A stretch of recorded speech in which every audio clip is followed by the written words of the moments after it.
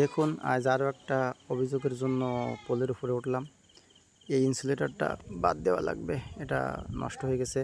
এই যে ভাঙা লাগতেছে, এটা ভেঙে বাদ দিয়ে এখানে সুন্দরভাবে যাতে লিকেজ না হয় খুঁটিতে, বা এখানে কোনোভাবে সমস্যা না হয় সেভাবে ঠিক করা হচ্ছে। আর এইটার সমস্যার জন্য ট্রান্সমিটারের ফিউজটা কেটে গেছে, তো ফিউজটাও ঠিক করবো এখন এটা ঠিক করার পরে।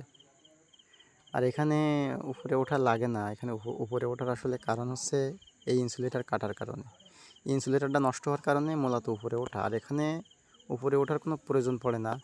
উপরে ওঠার একটাই কারণ, সেটা হচ্ছে এই যে ট্রান্সফরমার উপরে যে ড্রপ আউট ফিউজ, এটা নিচ থেকে হটস্টিক দিয়ে লাগানো যায় না, কারণ একদম ওখানে 1 ফুটও ফাঁকা নাই, যার জন্য উপরে উঠতে বাধ্য। আর এখানে আমি আগে এই জাম্পারিং করে নিলাম, নিউট্রালের সঙ্গে একটা জাম্পারিং করে নিলাম, যাতে যদি বিদ্যুৎ এখানে আসে তাহলে কোনো দুর্ঘটনা না ঘটে, পাওয়ার হাউস এর মেন যে সুইচ সেটা যেন ট্রিপ করে এবং কোনো দুর্ঘটনা না ঘটে।